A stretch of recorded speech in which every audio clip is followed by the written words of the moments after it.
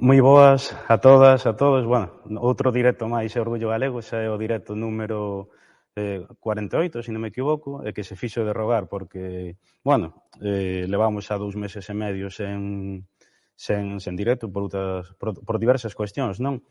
Hoxe, como vedes, é un directo moi especial porque saímos da casa para vir a un espazo tan impresionante como é o convento de Santa Clara, para conversar precisamente sobre Santa Clara, mas tamén con outras cuestións, non? Para iso, hoxe, primeramente agradecer ao Concello de Pontevedra que nos dera esta posibilidade, tamén agradecer a Xuseia, que son a xente que están por aquí nas cámaras e tras, e que son quenes están facendo posible isto. Este é un directo, como digo, moi especial. Hoxe contamos cun convidado que todas e todos coñecedes, que é o alcalde de Pontevedra, Miguel Anxo Fernández Flores. Moi boas. Hola, boa tarde. E que, bueno, se non me equivoco, é a tua primeira vez en Twitch, non? Pois sí, pero eu estou aberto a todas as posibilidades. Ademais que, bueno, eu creo que é o primeiro alcalde, polo menos as grandes cidades de Galicia que ven o Twitch. Pois é unha honra. Sí, que, bueno, logo xa falaremos, porque tamén queremos... Estaban estes días pedindo aí un apoio teu para unha campaña que hai para levar o galego ao Twitch, pero eso conversaremos ao final. Que, bueno, necesitamos aí o apoio de xente con peso, non? E nada, antes de comezar, comentar que este directo, para toda a xente que non poidades estar hoxe ou que, bueno, que non poidades estar durante todo o directo, vai estar subido a YouTube. E nada máis, vamos a subilo durante as vindeiras semanas, publicitarémolo nas redes e nada, estad atentos porque, bueno, eu creo que vai ser unha conversa que non vai a decepcionar, non? Entón, vamos a comezar xa. Eu quería facerche a primeira pregunta, e é que naciches en Vilalonga hai 68 anos. Como era a vida para unha persoa, para un rapaz, naquela época, ademais, non aínda no franquismo, como era a vida para un rapaz nunha zona rural como aquela? Pois era diferente a de agora, é obvio, non? Pero vivíamos con poucas cousas, pero vivíamos máis intensamente, non? Cunha relación directa coa natureza, co agro, cos animais, con unha convivencia no rueiro, nas casas dos veciños. Eu teño, a verdade, que bons recordos desa época, non? Sobre todo nos traballos comunitarios, na malla, no tema de facer o aguardente de noite, con aquelas historias que contábamos, que a verdade é que son entrañables. E eu creo que nesa época foi, obviamente, donde me enamorei de Galiza, non? Porque realmente é un país maravilloso que ten moitísimas posibilidades, e aprendimos moitas cousas tamén, porque non nos daban todo feito. Tiñamos que facer todas as cousas. Desde os xogos hasta, non sei, traballar con todo tipo de instrumentos, navallas, machadas, fouciños, facíamos de todo, que agora é máis complicado. E eu creo que disfrutábamos máis que o que disfrutamos menos agora, non?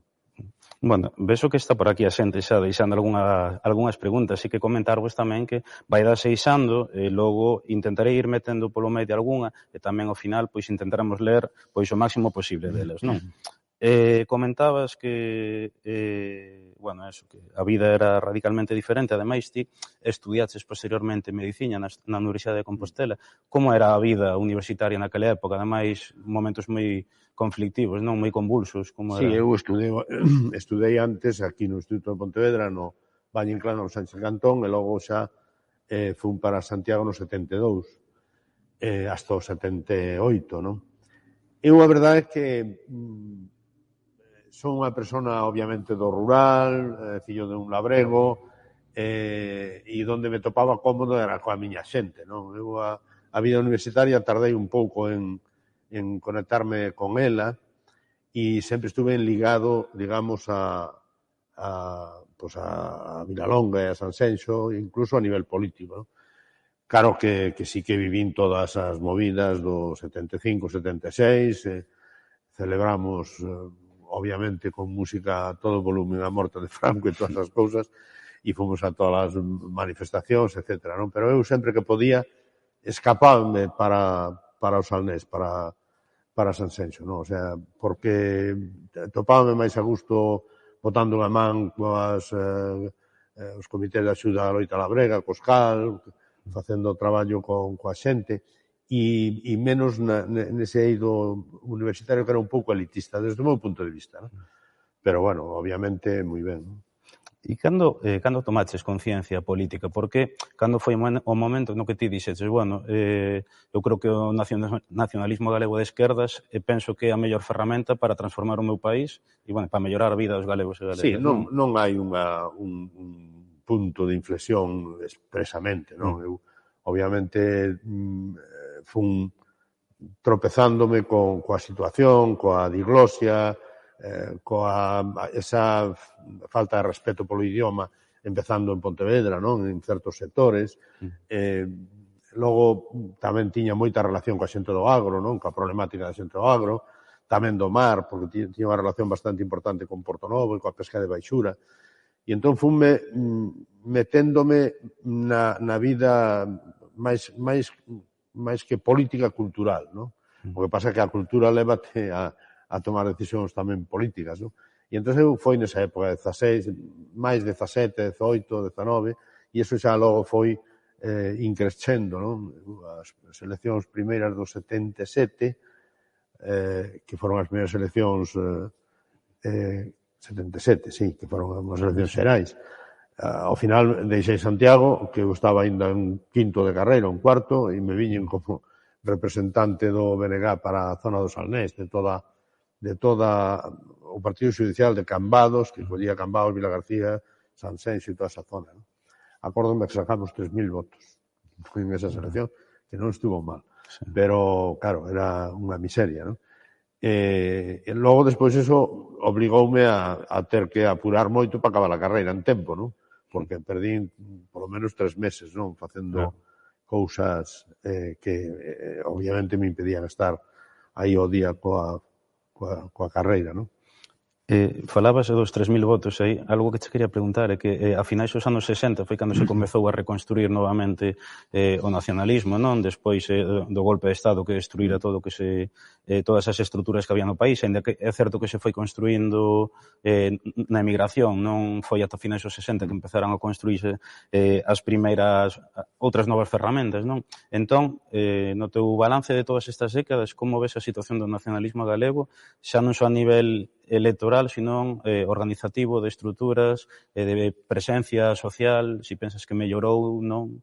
Eu creo que non ten nada que ver, non?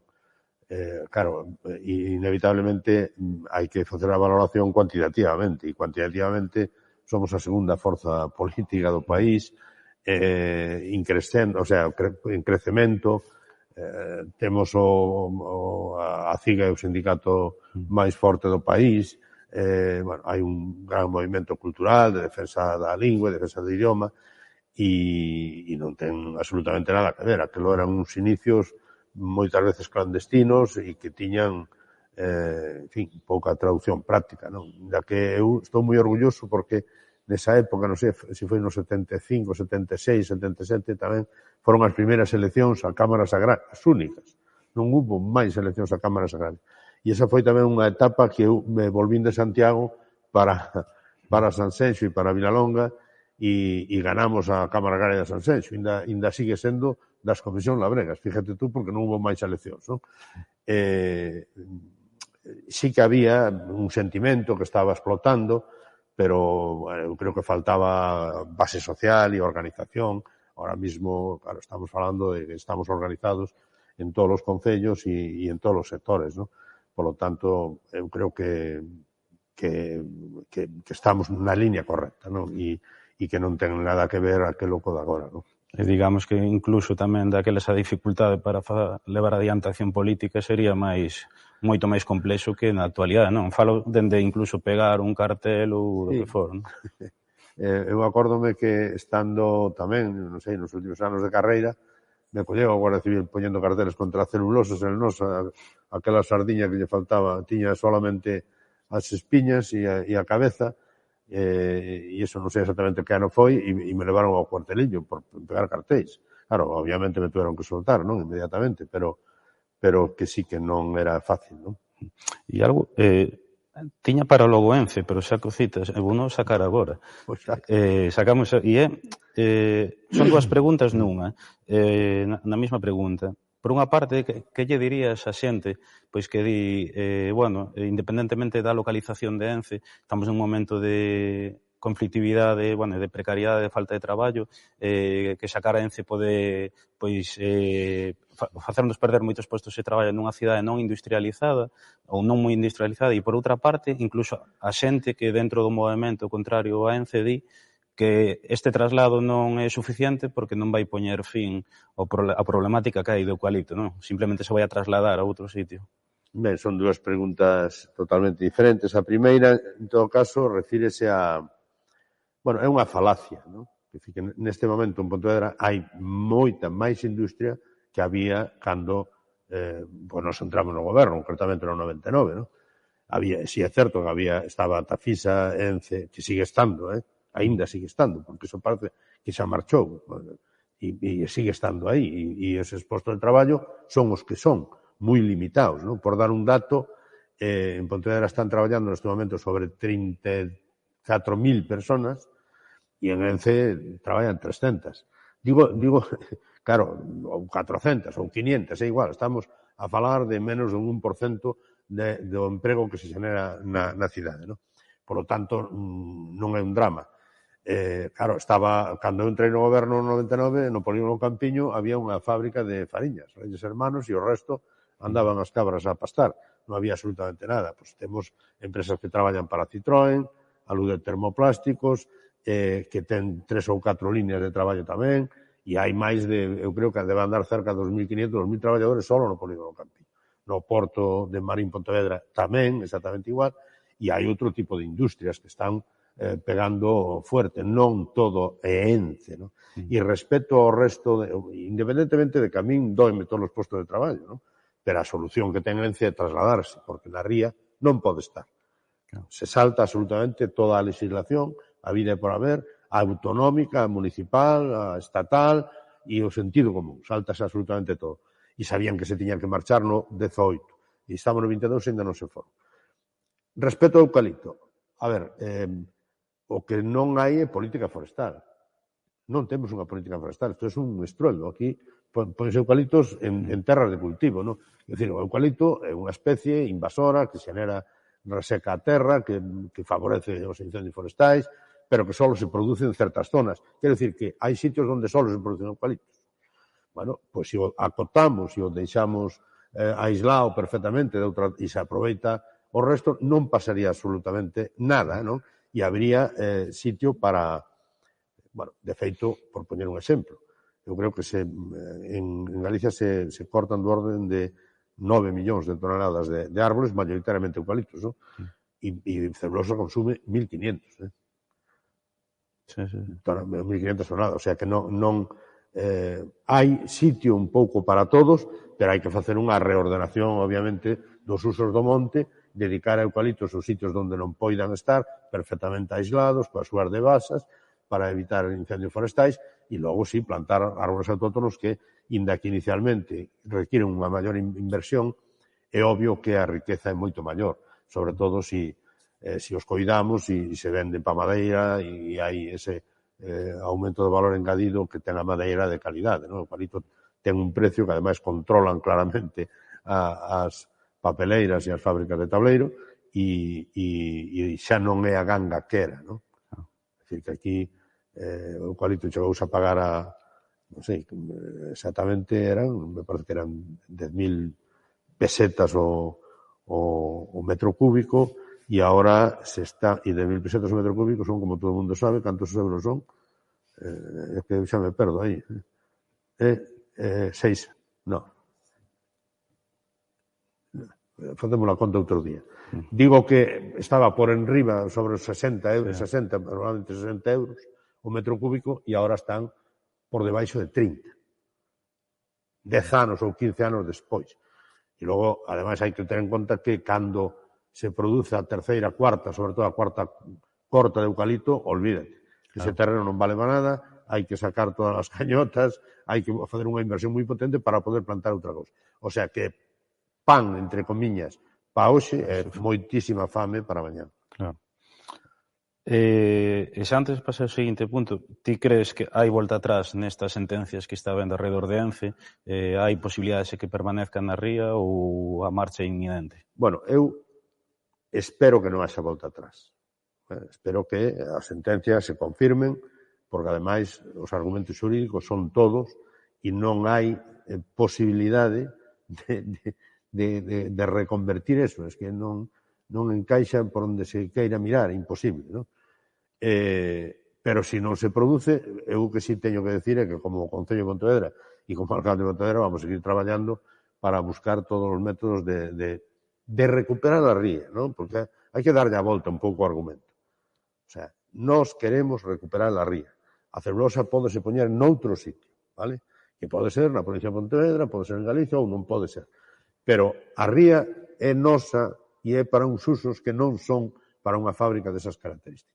Foi un erro a súa colocación, pero eu creo que no que respecta ao marisqueo, eu creo que se está desperdiciando, o sea, que non se está traballando ben a ría, non? Hai zonas onde non se produce nada porque non se traballa ou porque a Xunta ou quen sea non fai o que ten que facer, non?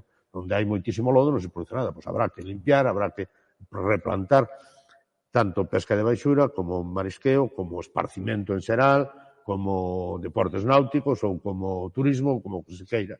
Hai máis postos de traballo que os que produce Ence, que eu estou plenamente convencido que é un tapón para o crecemento de Pontevedra e de Marín, non? E, bueno, antes de entrar nos seus comezos como concelleiro, logo posteriormente alcalde, non? Traballaches varios anos como médico de familia. Que lembras desa etapa? Que recordos tes? Bueno, pois é unha etapa maravillosa, porque a min o que me gusta é o contacto coa xente, non? Eu boto de menos esa relación personal, familiar. Ademais, o médico de familia é algo máis con un médico que lle dice, séntate aí que te vou a diagnosticar, non? O médico de familia é como alguén máis da casa, non? Que te aconsellas, que che preguntan, que falas, que tal. E eu boto moito de falta eso, non? E a miña experiencia que foi en Mosteiro, en Pol, e tamén logo en Samos, en Lóuzara, é unha experiencia que eu creo que todo o mundo debía vivir, non? Porque entras en contacto coa vida. Eu cenaba na casa de pacientes conocidos, conocía interiormente como funcionaba todo. Tamén naquel momento estaba moi relacionado tamén co BNG e coas labregas e con todo. E fui un concelleiro en Samos, un ano, que eso non o tes posto aí, antes de ser alcalde de Pontevedra. Fui un concelleiro en Samos e o único concelleiro. É curioso porque eu creo que non sei se presentaría 20 ou 30 mocións en menos dun ano e nas deben estar tratando ahora todas sobre temas máis variados, non? Pero, bueno, é unha experiencia que a min, se a xente pudera vivir esa experiencia, debería vivila, non? Porque enriquecete moito, non?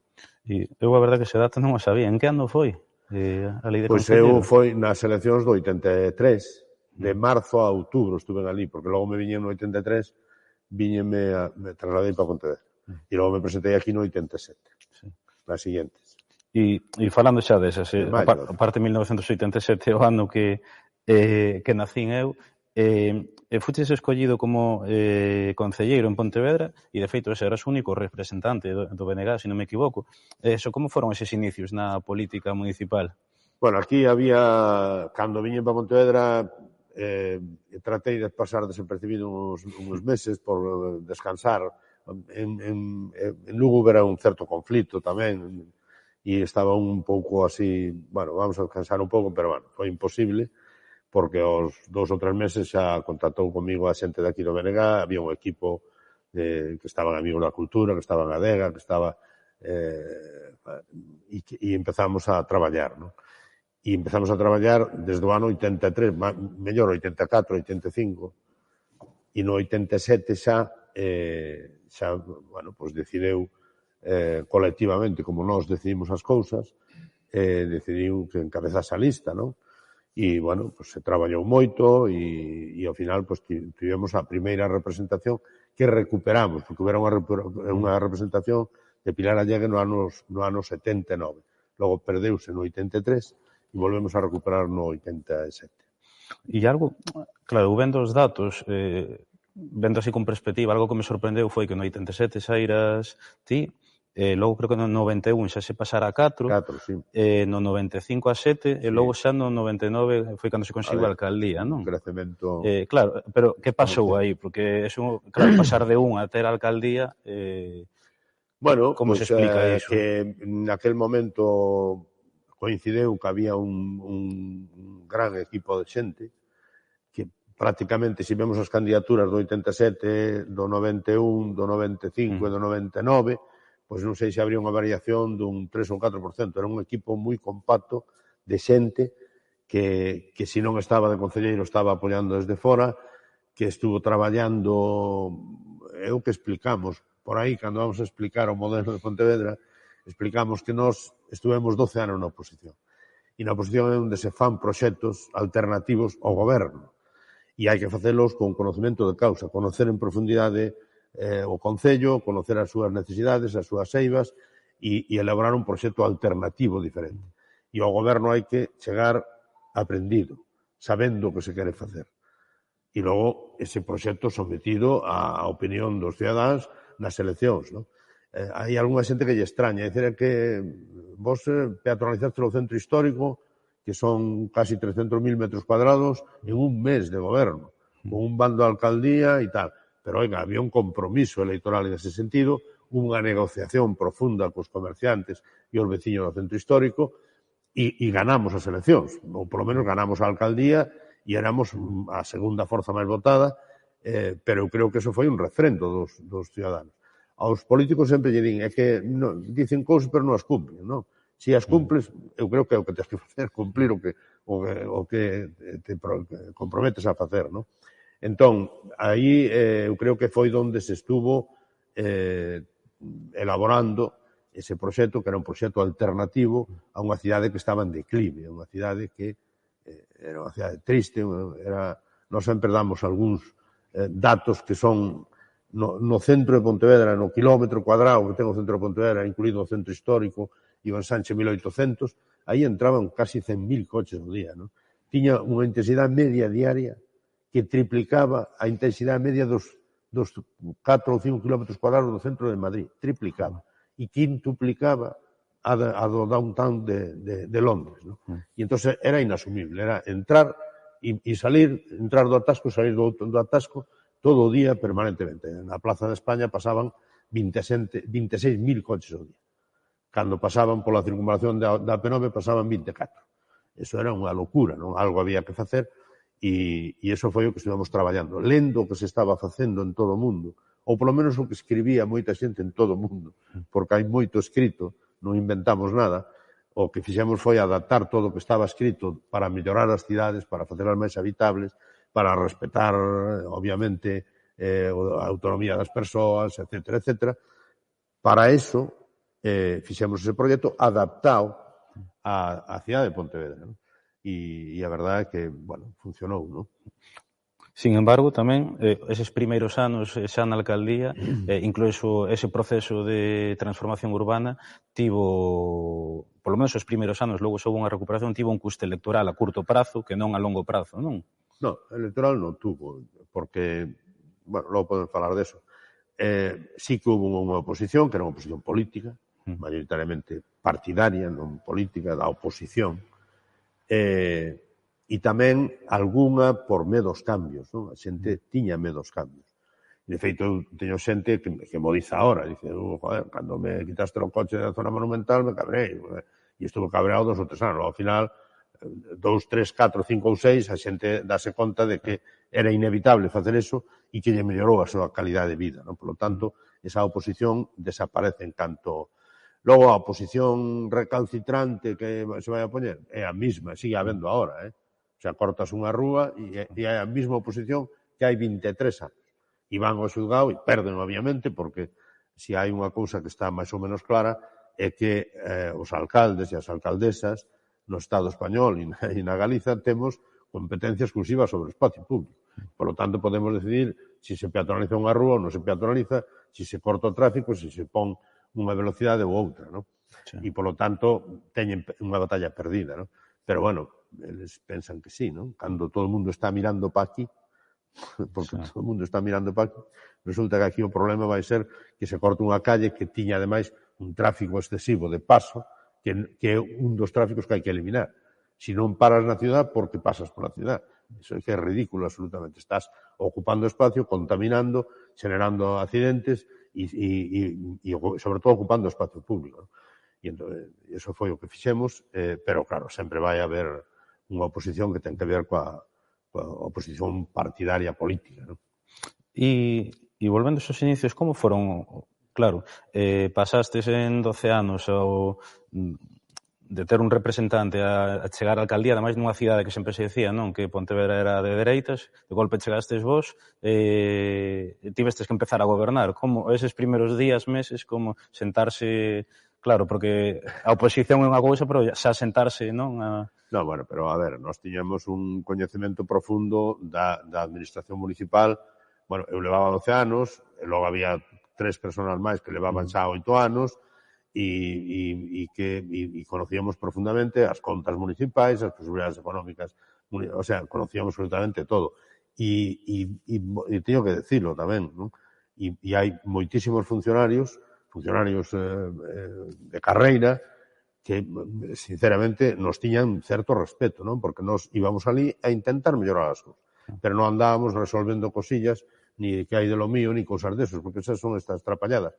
E iso, os funcionarios tamén saben quen está intentando dar alternativas e mellorar a calidad de vida a xente en xeral, non? E traballan polo interés público, e quen anda con convenencias e quen anda buscando.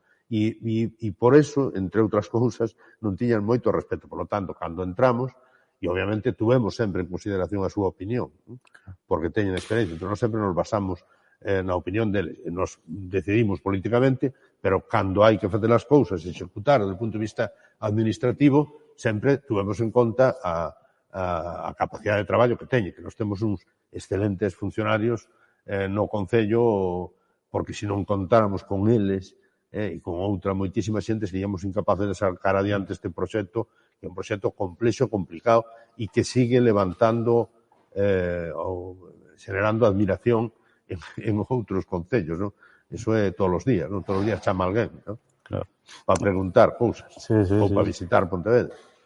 Comentabas antes o Casco Vello, fan aquí un comentario de que a cidade mellorou unha barbaridade nestes últimos anos. Din por aquí, acórdome dos anos 90, na zona bella que dá medo andar por moitos sitios, que agora é un escaparate internacional. Eu dou fe que, ademais, estudiei nos anos 90 no San José, que efectivamente si daba medo andar por ali, pero tarde, de noite, xa non só pola inseguridade, sino incluso polo tráfico, non? Que é algo que agora ninguén se imaginaría que houvese coches pola Rúa Real, por exemplo. Non, coches eran 500 coches. Claro.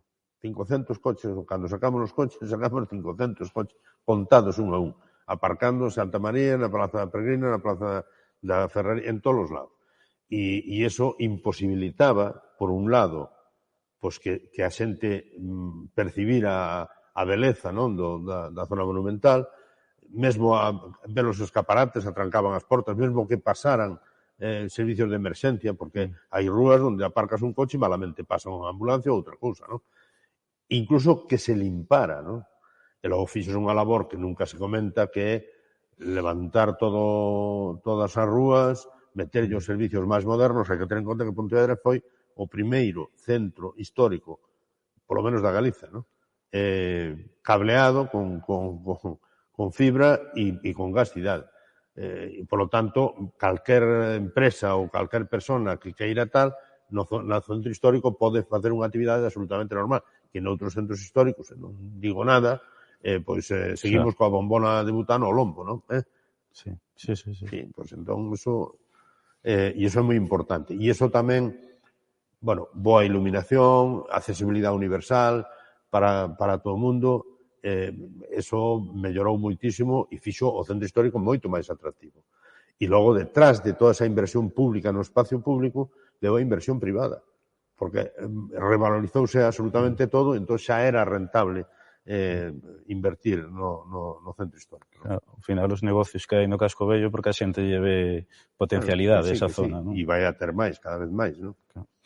E logo, xa, falando sobre outras cuestións, unha pregunta, bueno, que nos enviou moitas veces estes días a xente, non? E que ademais nos vemos que hai xente pois nova do noso entorno que nos pregunta é alrededor do skatepark, de como está iso, pode estar antes de que remate a legislatura, pode ser Raíña Vitoria unha zona, non, para el? Mira, non é unha legislatura, Eso é que é un tema que me empeño sempre en aclarar. Nós non legislamos, as legislaturas son para legislar, é o Parlamento, ou galego, ou español, ou europeo, pero nós exercemos mandatos. E a verdad, teño que entonar o mea culpa, é como a lei de Murphy, tío, pois nos coincidiron, tivemos un proxecto para debaixo da autopista, non nos deixou Fomento, tivemos adxudicado, tivemos outro proxecto para a zona da Beira da Ría tampouco, fixemos outro proxecto para a universidade, cambiou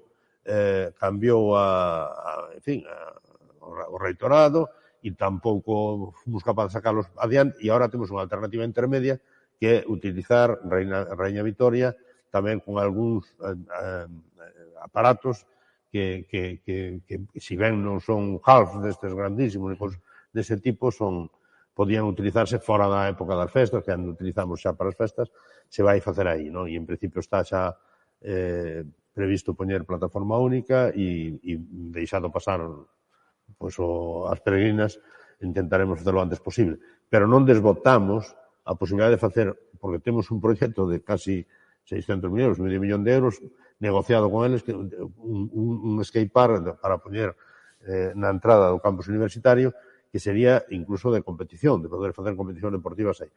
Pero eso non saleu pois por la lei de Murphy, máis que nada, por coincidencias que, en fin, a veces pasan, non?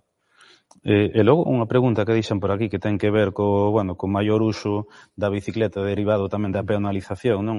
E é que si se pode acondicionar un lugar en Pontevedra para o lavado de bicis, porque din por aquí que non hai ninguna actualidade.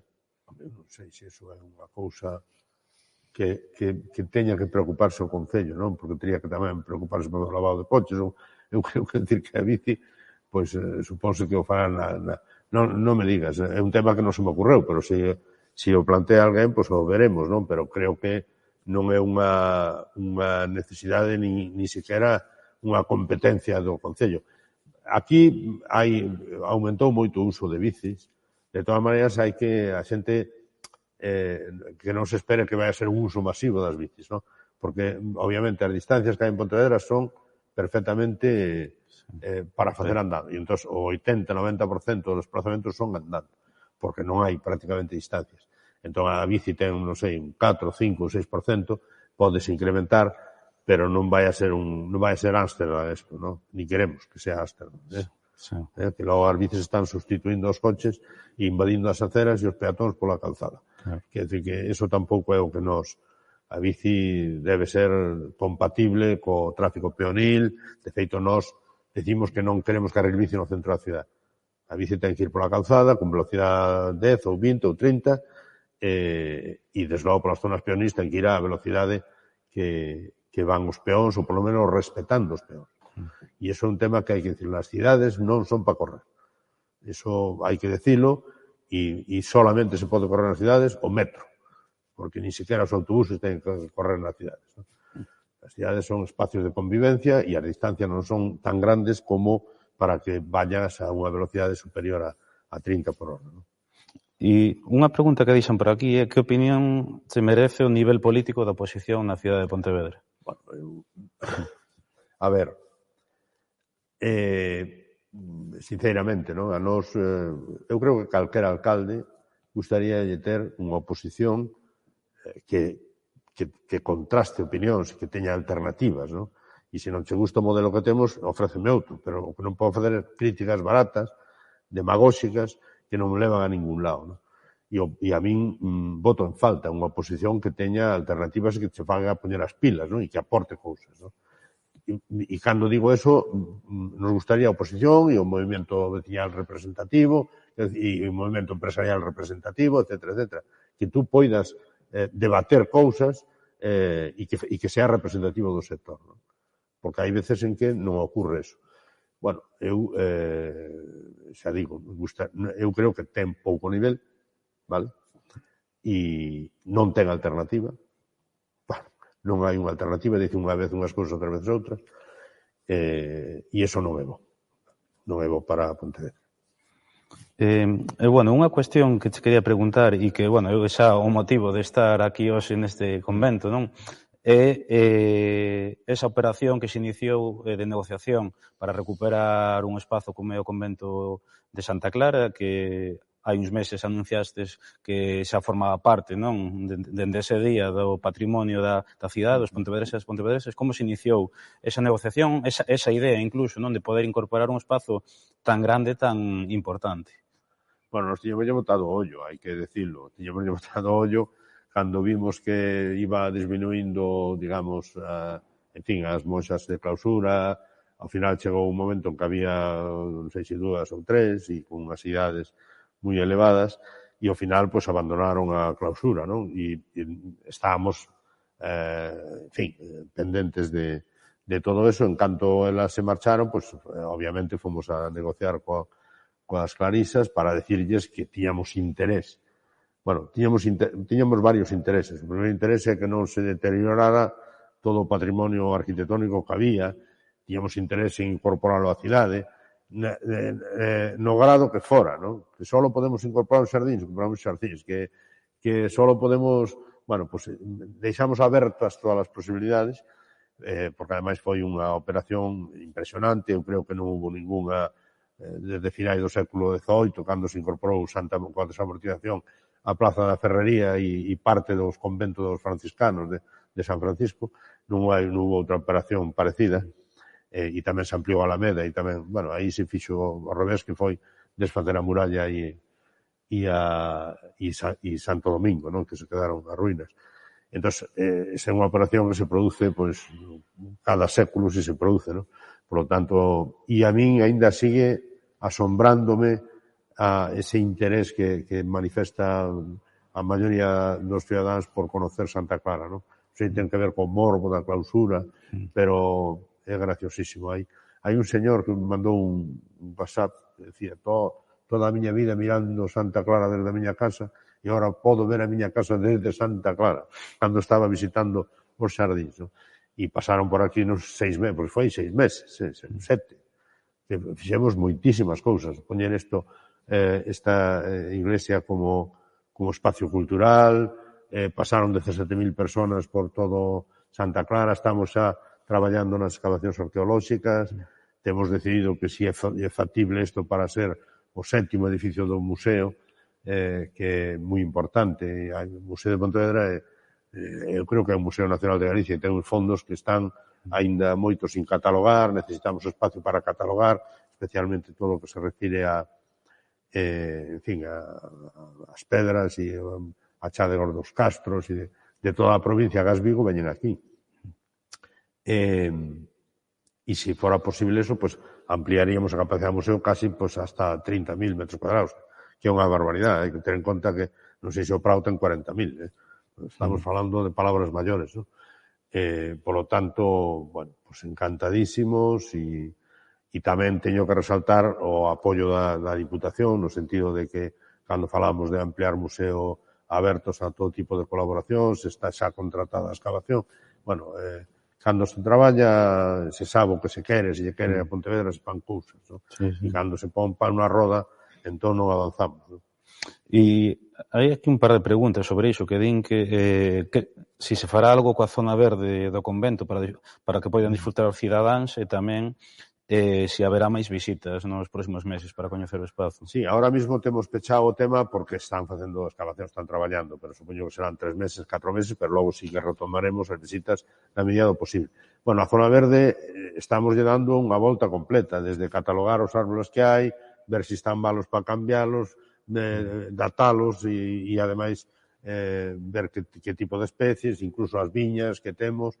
O sea, eso se vai a facer todo, e unha vez feito vamos a intentar que sea de uso público, ¿no? Incluso estamos pensando a posibilidade non só de entrar, bueno, estamos negociando a entrada por aquí, por este edificio que en principio é do Arzobispado, para entrar a nivel, porque por aquí a entrada en fin, ten barreiras, E logo queríamos probablemente facer un concurso de ver como podemos conectar a Praza de Barcelos coa propia Santa Clara. Teñen un tamaño semellante, 10 ou 12.000 metros cuadrados as dúas, e sería un gran pulmón dentro da cidade, desde Barcelos e aí abertos a todas as posibilidades. Isto vai se ceder á Diputación para que si sirve para museo, de maneira que a Diputación xa teña competencia exclusiva para facer o que teña que facer, pero nós vamos a reservarnos o uso do espacio verde para uso público, non? E este espazo que xa está sendo espazo de actividades podería seguir sendo para actividades? Bueno, eu creo que sí, porque non vamos a modificar nada desto e a verdade é que ten un tamaño ideal e unha sonoridade ideal e o famoso órgano que é unha preciosidade e dá para certo tipo de actividades. De feito, se estuveron facendo e tuveron un éxito espectacular xa actividades culturais aquí, non?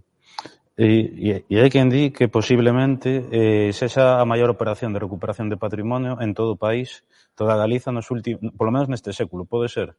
Eu creo que sí. En toda Galicia seguro. A nivel de Estado houve tamén unha compra dun convento que non era das Clares das Carmelitas, máis ou menos do mesmo tamaño, 12.000 metros, en Valladolid, o ano anterior. Un pouco máis caro con nós, pero tamén Valladolid é máis grande, non sei. Claro. Nós estamos contentos coa operación e as Clarisas tamén. E, bueno, entrando xa nas últimas preguntas, tamén aproveitar, bueno, que a xente sigades facendo algunha preguntiña máis que podemos meter dentro do chat.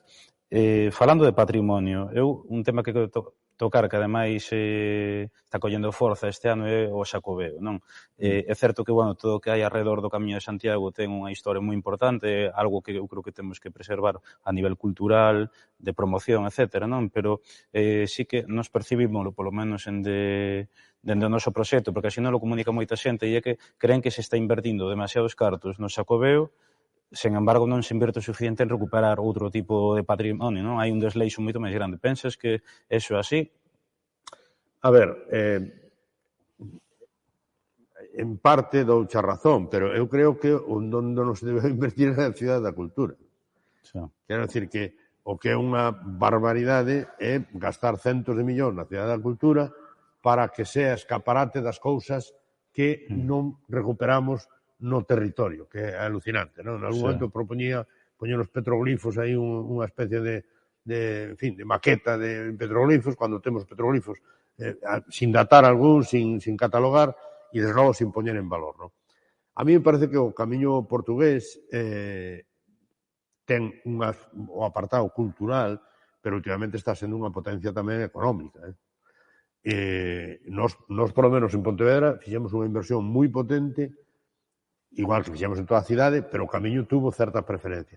Todo o camiño, desde que entramos na cidade de Pontevedra, por Tomeza, hasta salir por Lérez, está con preferencia peonil, con plataformas únicas, está moi cuidado, é un escaparate que é importante e que está xerando moitísima actividade. De feito, hai moitas, se crearon moitos albergues, hostels, cousas destas que aumentou moitísimo porque esperamos superar este ano os 100.000 peregrinos, que son peregrino-turistas, e ademais é que cada vez varía máis a xente como viaxa, non? E viaxa mellor con un autobús, con un viaxe organizado, dorme en Pontevedra, fai o tramo de Redondela a Pontevedra, logo despois volve a dormir en Pontevedra, logo fai o tramo a Caldas e ven a dormir a Pontevedra. Nos interesa moitísimo eso e, aparte, recuperar todo o patrimonio que hai ao borde do camiño, non? Eu creo que non estamos de acordo en que se faga a promoción, por exemplo, traendo xente de fora en concertos, cando se podía facer aquí. Nos facemos o Surfín Lérez e fixémolo con grupos exclusivamente galegos e foi un éxito absoluto, non? Por lo tanto, bueno, hai que gastar os cartos públicos, pero promocionar a cultura galega, promocionar o patrimonio, e indiscutiblemente hai que coidar o patrimonio que está estragado por aí e sin poñer en valor, non? Pero eu creo que non é a inversión que se pudo facer no camiño fora de concertos e cousas dese tipo, non vais a creer que é moita cousa, non é moita cousa. Onde se meteu moita cousa foi na Cidade da Cultura, que nos parece unha inversión absolutamente, desorbitada, para o interés que pode ter, non? E que non se dá recuperado, ademais. Vale. E que eses cartos, que foron moitos centos de millóns, sí que se podían ter recuperado Castro, se podían ter recuperado Mamo, se podían ter recuperado o arte rupestre, e se podía ter invertido tamén no camiño, en facer un camiño. E logo tamén que o camiño cada vez está máis diversificado, entón non é só o camiño primitivo, nin o francés, nin o portugués, nin o da costa, nin o inglés, quer dizer que está generando moita actividade económica e atractivo, queiras ou non, quer dizer que vai haber máis xente polo Xacobeo, que vai haber máis xente a ver o modelo urbano de Pontevedra, eso é indiscutible, non? Claro. Entón, temos que estar tamén ao que estar. Sí. Hai que decía, non sei, outro día, todo que veña a rede peixe. Claro, claro. Vale, entón, claro. Válenos o modelo urbano, válenos as playas, válenos a gastronomía, válenos o camiño, válenos o patrimonio, válenos o patrimonio natural, válenos moitísimas cousas. E eu creo que hai un recorrido moi grande, non? Moi grande, e Galiza sigue sendo a gran desconocida, non? E a mí non hai que me quite, somos un país rico que está empobrecido por políticas que non están feitas cos pés na terra, non? E cando non lle queres ao país, ou cando non queres, entón non hai alternativa, estás pensando noutra cousa. Claro. Vale, entón non funciona. Sí. E unha pregunta que fan aquí é sobre o destape do Gafo, se hai avances. Bueno, a ver, o Gafos tapouse hai 50 anos, foi un erro no seu día, como la copa un pino, non? É moi costoso levantar eso, non? Estamos agora traballando con fondos europeos a ver se podemos facelo. Hai que facelo. En canto teñamos fondos, farémolo. Por partes, non? E ademais hai que facelo porque ademais toda esa cuberta está nun estado lamentable e temos que intervir, obviamente, non? Pero é un proxecto que a xente saiba complexo. Desde logo non vai ser un río naturalizado, renaturalizado, cos seus meandros e con cousas.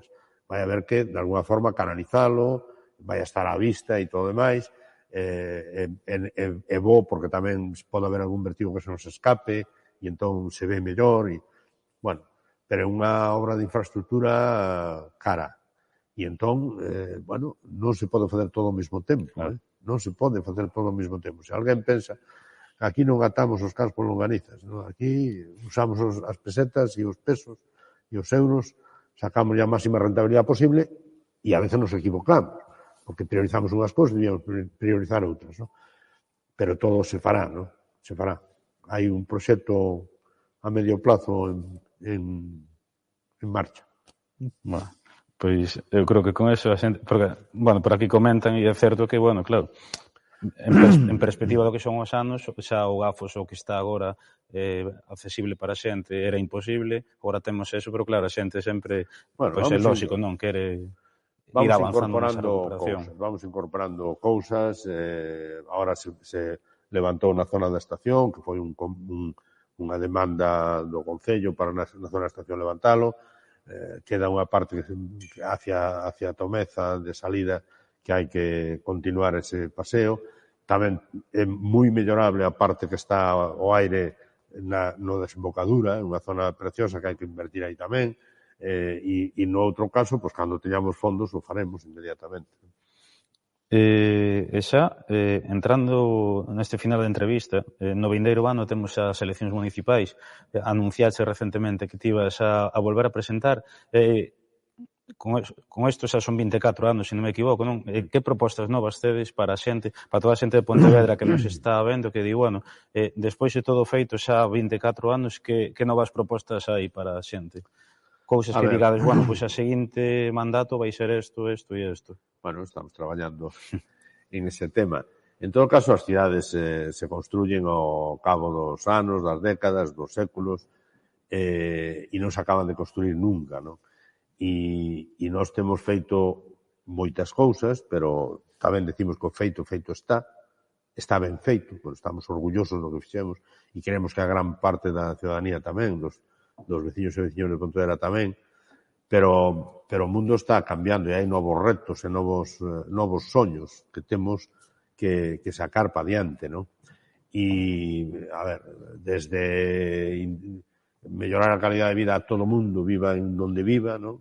Que estamos facendo un investimento moi potente no rural, pero nos barrios tamén, pero hai que seguir traballando, non se acaba eso nunca, non? Hasta garantizar, porque a mí me preocupa moito, a tratar a todo o mundo con equidade, non? Non intentar que todo o mundo teña os mesmos dereitos e facer un traballo nese sentido. Logo, despois, hai cousas importantísimas, non? Que ten que ver, pois, poñer en valor a Ría de Pontevedra, poñer en valor o monte. Traballamos moito xa no monte, pero temos que seguir traballando. Temos 2 parques forestales, un de 400 e outro de 80 hectáreas, en colaboración coas comunidades de montes, que é importante, porque o monte periurbano é o que nos garantiza tamén calidade do aire, non? Bueno, seguir traballando na seguridade vial, obviamente poñer en valor todo este patrimonio que acabamos de adquirir de Santa Clara, non sei, estamos traballando no tema de residuos sólidos domésticos, coa compostaxe, que temos avanzado moito, pero eso require tamén moitísima colaboración cidadana, non?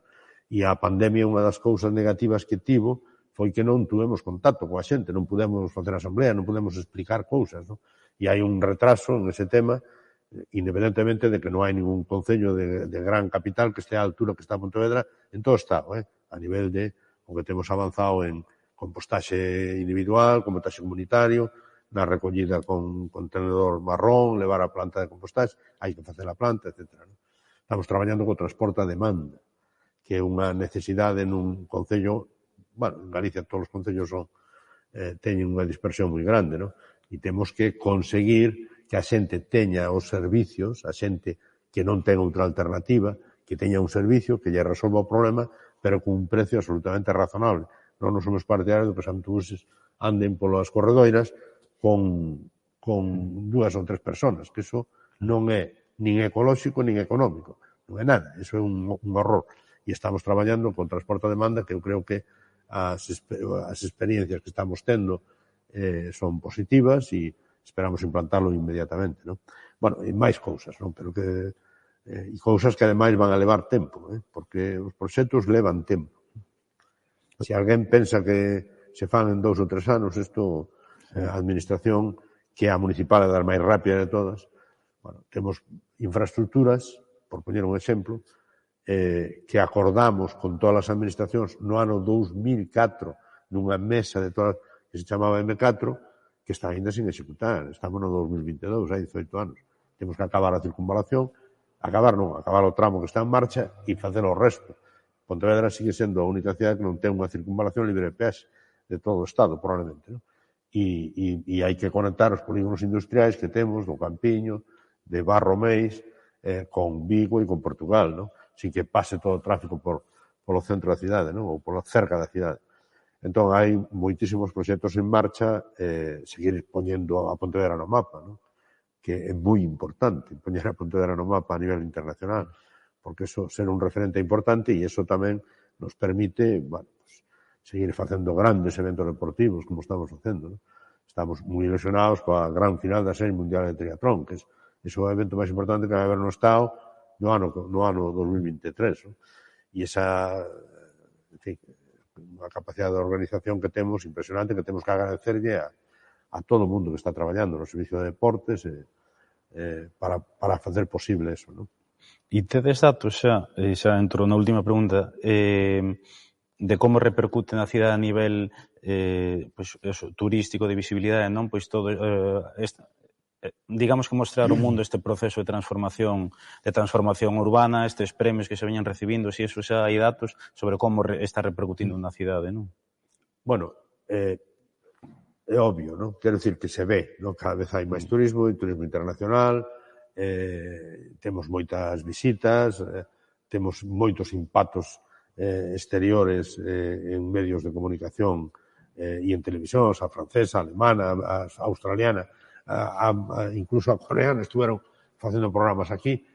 Isto é sementar non é inmediato todo. Claro. De todas maneiras, sí que hai uns datos que son concluyentes, non? O sea, nós somos a cidade máis xoven de Galicia. O sea, temos a media edad máis xoven de Galicia. Por lo tanto, temos a maior tasa de reposición da xente que se xubila, porque temos esa idade, en edade de traballar, temos un... Bueno, somos unha cidade que medra en población. E medra, ademais, a cidade, medra o centro da cidade. O cal quere decir, porque nós tamén apostamos por non facer suburbanización, nin grandes centros comerciales na periferia, non? Entón, estamos aumentando a población, temos a cidade máis joven de Galicia dentro dun marco en que, mayoritariamente, estamos perdendo población globalmente e hai algunha cidade que crece, e digo, Santiago e Lugo están crecendo, as outras están estancadiñas, todas. Están nas mesmas cifras de hai 20 anos, algunhas delas. Entón, algo estaremos facendo ben porque, bueno, moito estaremos facendo ben porque hai unha apetencia grande por vivir aquí, non? E hai unha aposta por ese terceiro sector, pola creatividade, moi grande na cidade, non? Con varios coworkings, con empresas que están competindo internacionalmente, ligada á innovación, a novas tecnoloxías.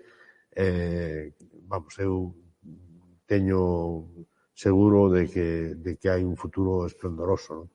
Nesta cidade, se seguimos traballando nunha línea correcta, non? De respeto ao medio ambiente, de industria pero compatible, en fin, de calidade de vida. E xa, bueno, entrando no cuestionario final, que son unha serie de pequenas preguntas que facemos a todas as persoas convidadas, e nada, isto require unha resposta rápida, que nos recomendes primeiro un libro. A ver, lín un último de Ana Cabaleiro, como autora galega, e o tema é que o nombre Deixádenos remar, creo que se chama exactamente, non sei se Deixádenos remar. Bueno, traballou no Concello e polo tanto debía lelo. Logo dun libro, pois ese libro. Bueno, logo despois a política esta deixache pouco tempo, non? E se tes 4 fillos e 4 netas, tamén tes dereito ao esparcimento, vas co libro pa mesiña de noite e logo pois lees 2 páxinas e porlle outro en riba, outro en riba, outro en riba, hasta que xuntas 15 e os cambias, e iso é así desde hai moitos anos, non? Entón, queres empezar a ler moitos e ao final acabas lendo poucos e deixándose a medias, non? Unha película. Pois película, unha que me gustou últimamente de Zarauza, que Ons, non? Foi unha película que ademais eu, como viví unha temporada tamén en Porto Novo e estuve veraneando en Ons algunha vez e tiña un cariño especial a esa illa. Hai un polvo en Caldeirada que é insuperable. Que saíches cociñando algunha vez. Sí, é insuperable. Pois me gustou Ons, por dicir unha. Un lugar para visitar. Lugares para visitar. Moitísimos, porque eu estou, a ver, moitos estamos, ou moitas están enamorados deste país, e a verdade é que cada vez, vayas onde vayas, descubres cousas estupendas, non? Un lugar, por exemplo, para visitar, e porque estuve traballando aí, é Lóuzara, que é un val que está entre Triacastela e Samos, e que está a 600 metros sobre o nivel do mar, que para chegar ali hai que subir casi a 1000 metros. Eu teño ido en cabalo por ali porque non se podía ir de outra maneira, porque non pasaban os coches. E ten un río, o río Lóuzara, que ten troitas e un sitio espectacular que neste momento está abandonado. Se non creo caixa, no tempo que estuve ali de médico vivían unhas 600 personas, 700, e agora non sei se habrá 50. Levei unha decepción, é un problema de desertización preocupante. E logo, un creador, unha creadora de contido en galego, pero isto no seu sentido máis amplo, un escritor, escritora, un artista... Bueno, eu... A ver, hai unha escritora que para min é absolutamente fundamental e precursora, que é Rosalía, e hai un escritor, artista e político que é fundamental, que é Castelao. E, por lo tanto, eses dous non son creadores de contidos, en fin, que... Sí, máis actuais, igual. Máis actuais? Sí. Unha persoa agora que, pois, alguén... Bueno, eu vou a decir unha persoa que lle vai a extrañar a xente, como político, actual, que é César Mosqueira, vicepresidente da Diputación e un traballador incansable por este país que ten unha mente privilexiada e unha capacidade de traballo e unha clarividencia política excepcional. E por último, que significa para ti orgullo galego, ter orgullo de ser galego? Bueno, pues eu creo que eso é a cerne de todo, non? É dicir, que a mí me parece absolutamente fundamental. E eu creo que ou conseguimos que moita xente aposte pola defensa do seu e por forzas políticas propias e por defender este país e convencido de que podemos, de que somos quen de facer calquera cousa. Claro, que iso cada vez me dá máis rabia e non me gusta, non? A xente que está chormicando e que allá, acá nos como allá, esas cosas, non? Que decían algúns inmigrantes, non me gusta, non? Eu creo que nós vivimos nun país rico, que ten unhas potencialidades impresionantes, que somos capaces de facer o que sea, pero o que sea non estou dicindo investigación, ao máis alto nivel. Claro, aquí hai un señor que os seus pais eran de Lérez e iban de vez en cuando, que foi un dos que baixou o bicho ese a Marte, non? Traballando na NASA, joder, chama Villeira. Quer decir que ou temos un señor que é unha... bueno, ahora non me sale o nombre, que estivo comigo, que é unha figura mundial no genoma humano en investigación xenética, non? Que é Carracedo, vale? Claro, é que é alucinante. E, polo tanto, non facemos máis cousas porque non temos oportunidades. Hai moitos investigadores que están fora, pero que temos empresarios que son capaces de venderlle roupa aos chinos, non? Non sei se me entiendes. Agora falas en China, pero estamos aí. Entón, cal é o problema? Cal é o problema deste país?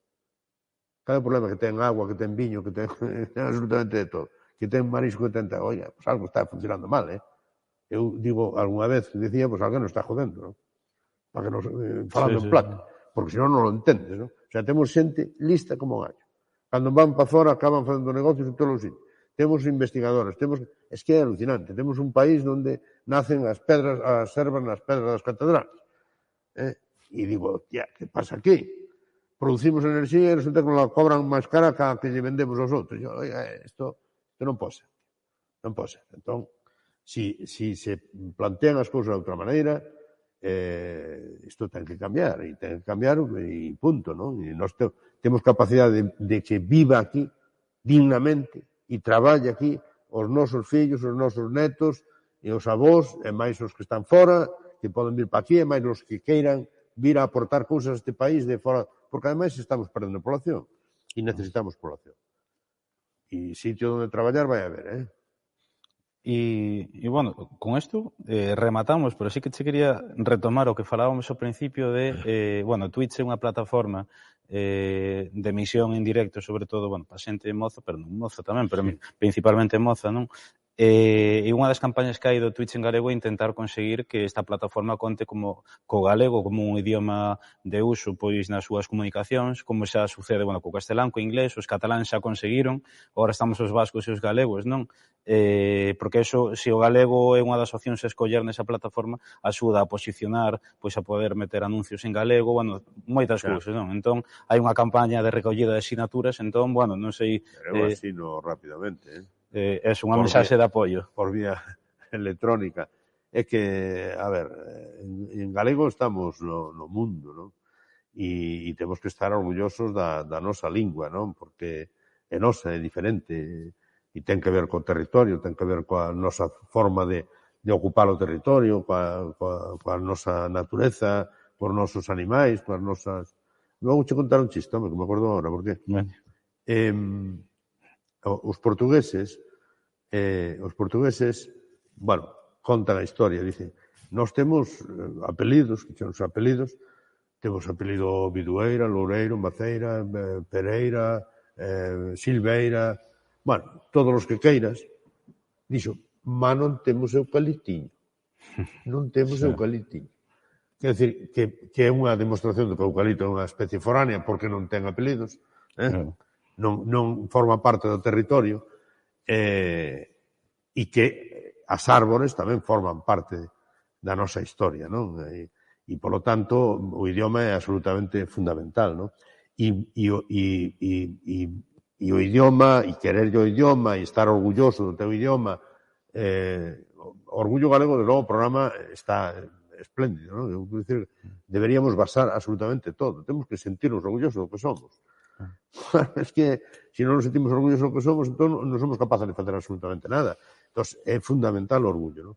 E dentro deso, pois, obviamente, ter unha lingua que, ademais, a min preocúpame, porque se ben é certo que se utiliza e a xente sabe ou entende e o pode escribir e todo o demais, hai unha perda no uso diario do idioma que é absolutamente increíble.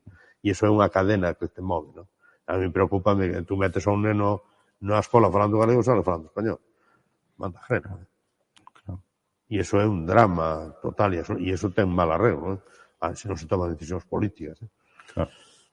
Pois nada máis, chegamos ao fin, xa levamos 1 hora, entón con isto nada, chegamos ao remate, agradecerte que puideras estar nestas conversas de Orgullo Galego, ademais es o primeiro alcalde, o segundo cargo do BNG, despois xa na Pontón, se non me equivoco, e nada, eso, agradecerte pois que puidéramos conversar aquí nun espazo tan fermoso como este. Encantado, cando cairade repetimos por outra cousa.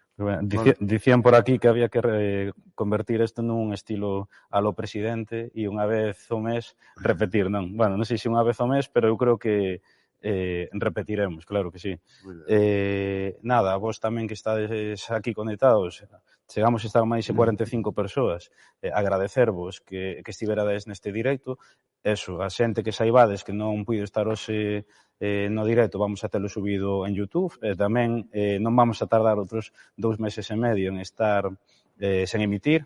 Precisamente a vindeira semana temos unha nova conversa con Eva Moreda, que é unha galega asturiana do EO Navia, e ela é un deses portentos que temos, que tamén comentaba Miguel Anxo, é musicóloga, profesora de musicoloxía na Universidade de Glasgow, e vai a falar sobre a importancia da música tanto no Camiño de Santiago, tamén no Códice Calistino e o Reino de Galiza como centro de peregrinación e todo o que nos trouxo o Camiño de Santiago a nivel cultural, non? Esta é unha charla que temos dentro dunha campaña que mañá anunciaremos sobre o Reino de Galiza, anunciaremos a mañá e o venres a ir ao cartaz, e nada, xa vos digo, animarvos a vir o día 20 ás 9 tamén polo Twitch. Nada máis, deixámoslo por aquí, graciñas a ver o que estades comentando por aquí polo chat, a xente dá os parabéns, danse a ti tamén os parabéns, e nada, vémonos o